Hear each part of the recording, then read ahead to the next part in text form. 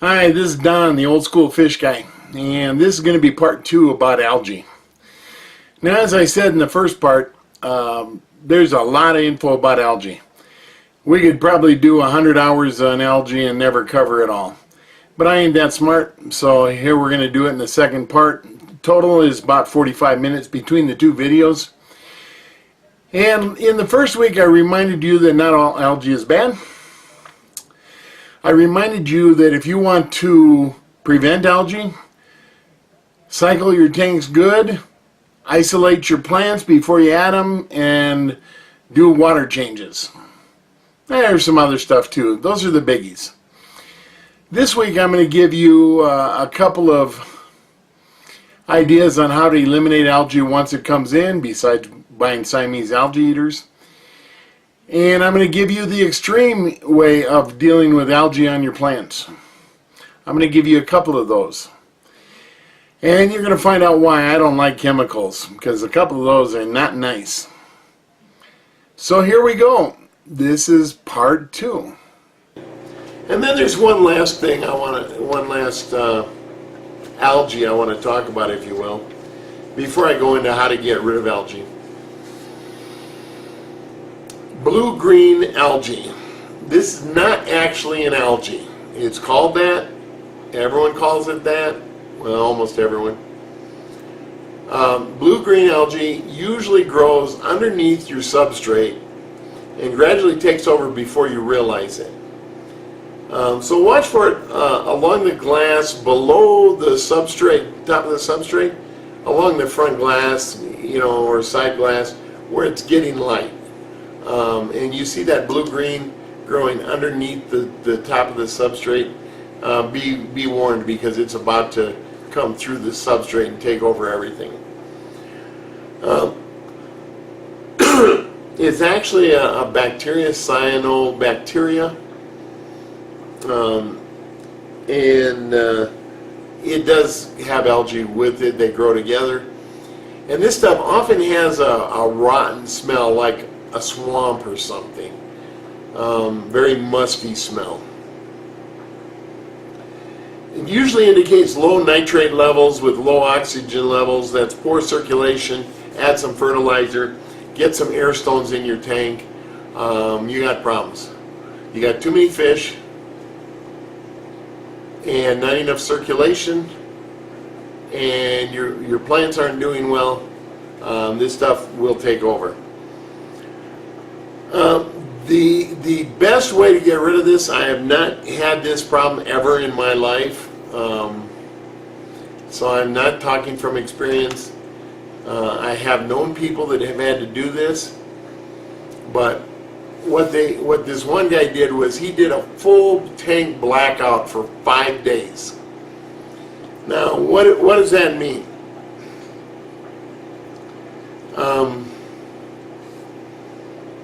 You can find this stuff even in your filters, by the way.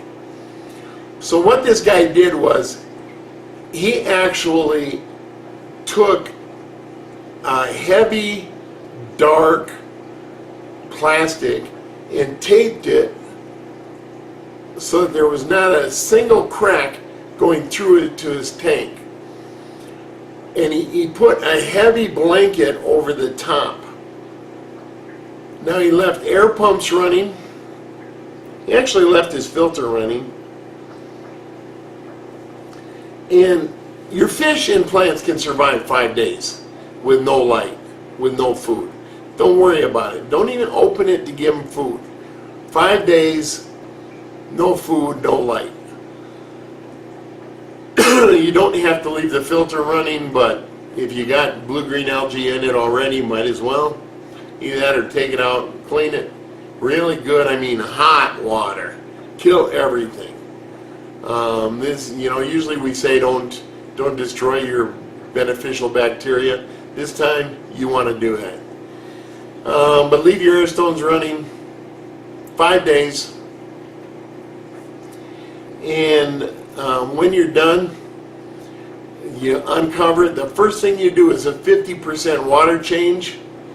And my friend did a 50% water change every day for 4 days. And and he took care of it. Now, if you're like most modern aquarists, you know, I call them chemical freaks. More power to you. They actually sell chemicals that help kill this. All they are is actually an antibiotic. I told you this is a bacteria. And bacteria is everywhere. There's good bacteria, there's bad bacteria. What makes it bad? We don't like it. Doesn't mean it's not good. It has a purpose, but we don't like it in our fish tanks. So they sell something over the counter.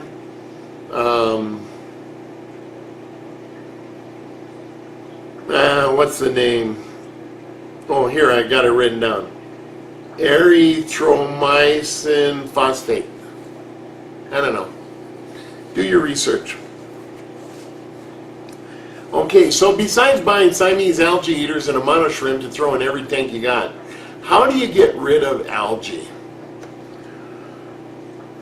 Number one, I know this old school, I know it, I'm sorry, but cycle your tank fully and completely, and I recommend doing it the old school way. The shortcuts tend to bring on algae. Shortcuts can work if you know what you're doing. If you don't know what you're doing, cycle your fish tank the old school way. If you need to look that up, go ahead and look it up. There's lots of people that'll tell you.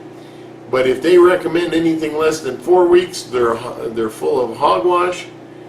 And I prefer 6 or even 8 weeks before I add any fish, or at least more than a couple. Keep your tanks clean with regular water changes. That's number 2. You want to get rid of algae or eliminate or prevent algae, cycle your tank properly and change water constantly. I recommend 10 to 20% a week.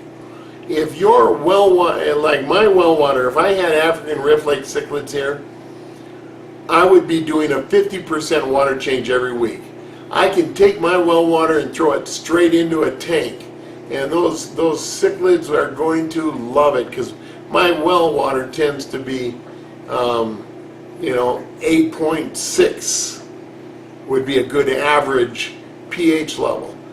No, not heavy in iron or anything, not heavy, no nitrates, no ammonia, no nitrites, nothing bad in my water. It's just good, clean, high pH water, and I can throw it in a tank for a Rift Lake cichlid. They're going to love it. I do 50%, I might do 80% water changes every week. Another way to prevent algae is quarantine your plants before you put them in a tank. I know I talked about quarantining fish. Quarantine your plants too. Put them in a separate tank. And after they've been in there for a month and they've started growing and they're doing well, and you know you don't see any algae growing on them, then move them into your tank. Algae comes in on plants. If you've got,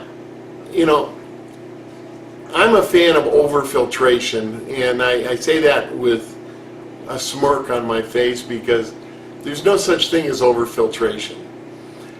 Too much water flow for some fish, yes, but if you have slow filters, if you have a 500-gallon tank and you turn over the water 50 times an hour, that's heavy filtration.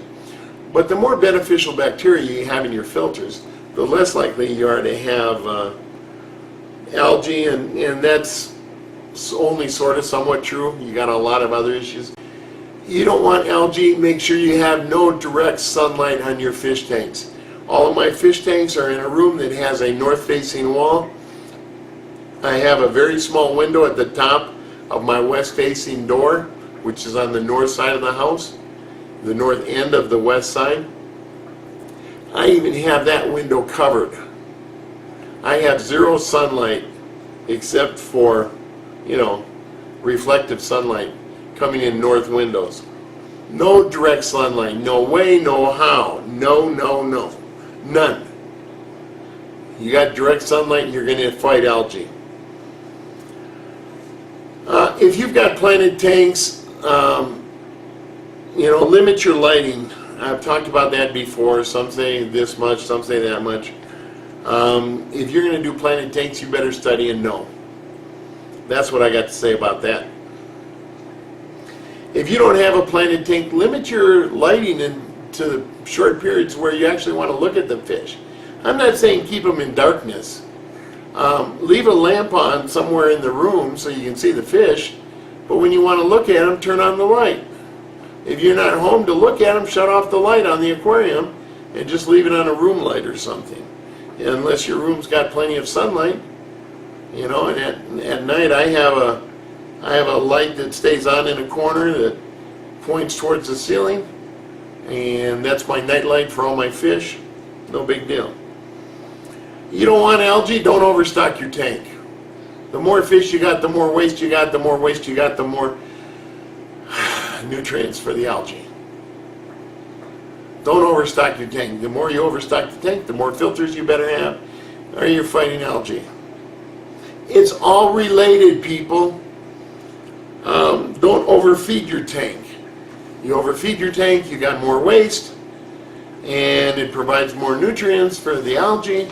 And believe me, that algae is going to grab it faster than the plants, unless you have enough plants and they're very mature. Okay, getting rid of algae once it's there. My favorite method is called hydrogen peroxide direct application. I take a baster out of the kitchen, do not put it back. You don't want hydrogen peroxide in your food. Or a squirt bottle. Even a squirt gun, for pity's sake. Fill it up with over-the-counter hydrogen peroxide, which is a 3% solution. You stick your squirt bottle or baster or whatever in the tank and you squirt it right on the algae. I don't care if the algae's on your plant or whatever. You squirt the hydrogen peroxide directly on the algae. It will kill the algae, it will not harm the plants. Now, if you overdose, it can kill your plants, your fish, everything. But if you got algae everywhere in the tank, you don't squirt the whole tank, okay? You have to use other approaches. But if you want to eliminate some hair algae that's growing on some driftwood, squirt the hair algae. Hydrogen peroxide is poisonous to life. That's why you don't drink it. Your fish don't need to drink it.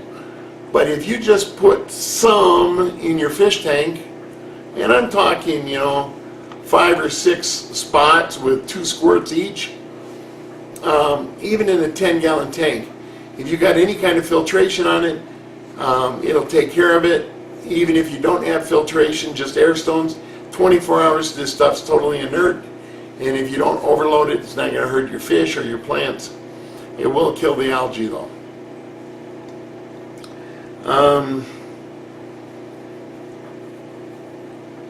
Let's see.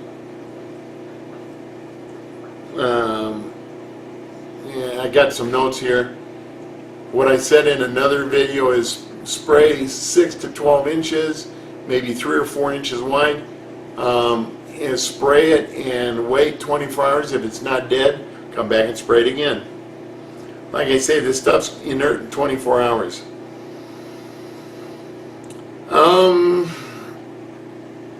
Let's see, it's cheap, it's fast, it's easy. Bottom dwellers and shrimp are usually the first ones affected by stuff like this. I've never tested this on shrimp. I have tested it with countless bottom dwellers. They're all my passion.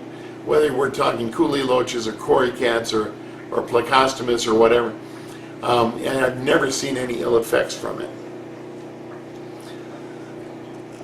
That's my first approach. These are going in order of simple, safe to dangerous. Okay? Second approach is a hydrogen peroxide dip. Take your plants out, and that's if the algae is growing on the plants, take your plants out, immerse them in hydrogen peroxide pure over-the-counter 3% solution. Immerse them in that solution for about 5 minutes or so. Take them out and rinse them, reasonably well, and put them back in your tank. Or maybe put them in an isolation tank. Hey, what do I know? If it doesn't kill the algae, do it again. Now here's an approach. I know of somebody that used it once. I have never tried it.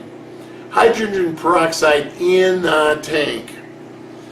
Now what he did was he removed his filter media and left his filter. He had HOBs, actually 2 of them, and he just left them running but with nothing in them. He added 2 tablespoons per 10 gallons. That was his formula. That's a lot of hydrogen peroxide. He left it in there for 15 minutes. Yes, I was there. Yes, I watched him do this. And he did 15 minutes, and this was in the old days. And as soon as the 15 minutes were done, he did a 75% water change. Boom. And he added, I don't know, one of the water treatments you use to help fish, like Prime or something. He added that with the water change. And then he waited until that was in the early afternoon. After supper, he added filter media back into his filters. And he only did that once and it worked. Okay, now, you want to get more violent against your algae? Let's go with Potassium Permanganate dip. Now, I use this sometimes for plants when they're coming in. I'm going to tell you, this is very hard on plants. It'll kill some. So, use it wisely. Do it carefully. Jungle Val will survive. A delicate little plant will not. Don't use it on Madagascar lace.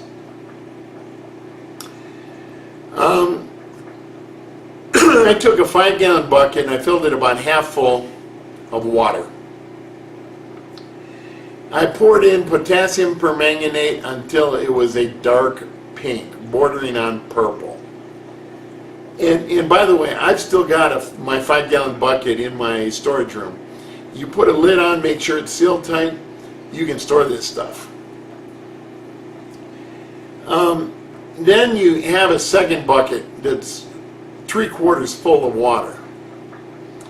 You soak your plants in the first bucket for about 10 minutes. I do this to kill snails, by the way. Some of my tanks I don't want snails in. Then you put it in bucket number 2 and rinse it off really good. You could even rinse it in the sink. I just don't have an appropriate sink, and the wife objects if I use the kitchen and bathroom sinks for this kind of stuff.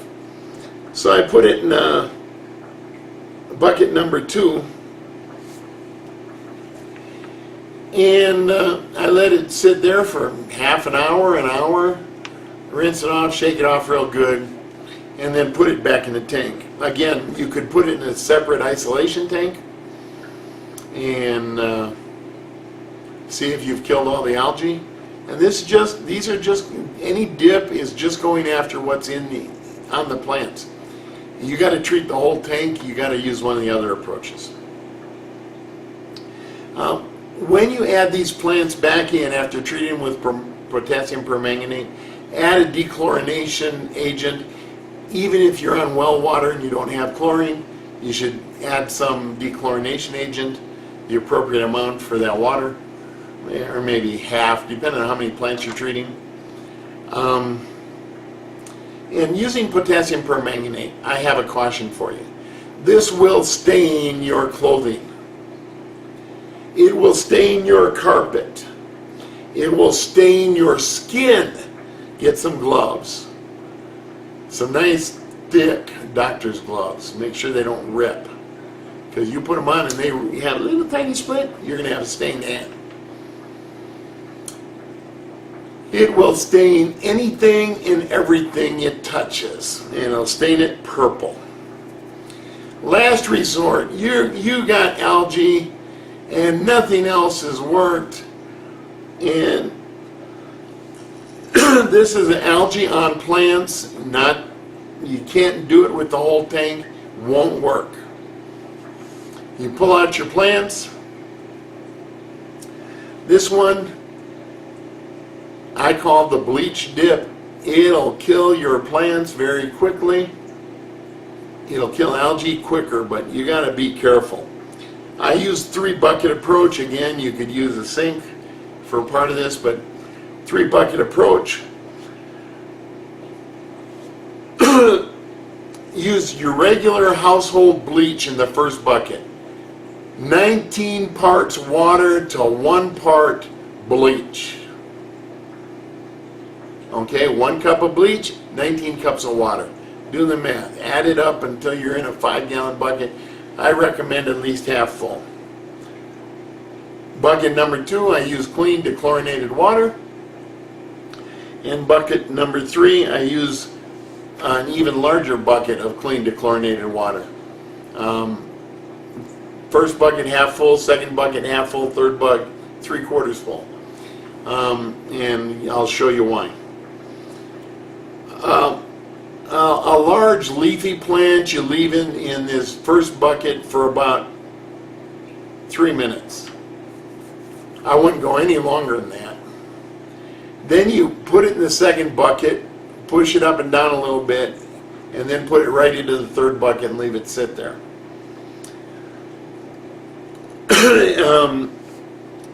After it's sat in the third bucket for a while, if you still smell bleach on it, you need to take all the plants out, empty that bucket, get it fresh, clean water again, and rinse your plants again.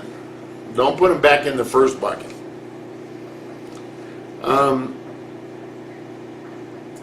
And you can leave them in that third bucket for quite a while, and again, put them in an isolation tank if you've got any question. When you put them back in the fish tank, add some dechlorination agent to it again. And if you have something that's not a big, broad, leafy plant, it's smaller, more delicate, just soak it in the bleach solution for about 2 minutes. Okay? That's how I do it. And that's how I've heard others do it. And that's what I know about algae. Alright, there's a lot more to learn about algae. You want more details, go look them up for yourself, study. There's a lot of info on the internet, and some of it's actually good. You can have fun figuring out what the good stuff is and the bad stuff. How do you do that? Compare. You got 10 people say this and one person says this, he's an idiot. Either that or he's a genius. Good luck. And have fun.